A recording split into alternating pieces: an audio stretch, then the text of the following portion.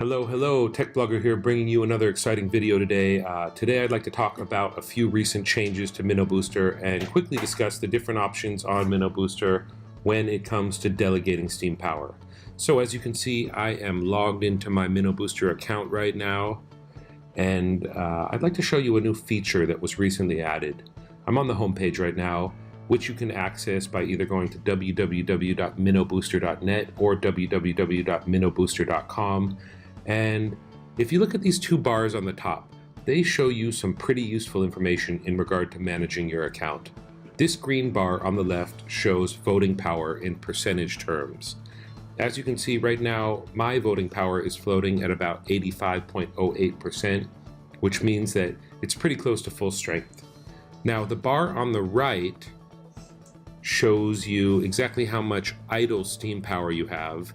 Right now, I have 1,462.79 idle Steam power out of a total of 3,473. So what that means is I have about 2,000 Steam power that are idle right now that I could use. I could delegate with it, or I could use it to vote. So that gives me some options. Knowing what your total Steam power is helps you make an informed decision about delegations and manage your Steam power accordingly. Now, if you would like to participate as a vote seller in the MinnowBooster vote market, all you need to do is click on this button right here. It says Feed Hungry Minnows, and that will take you to the sign up page. Alternatively, if you would like to delegate some of your SP, I have 1,462 that I could delegate if I'd like. Go ahead and click on this button, Delegate Your SP Now. Now, let me take you through a couple key metrics really quick and try to explain what they mean.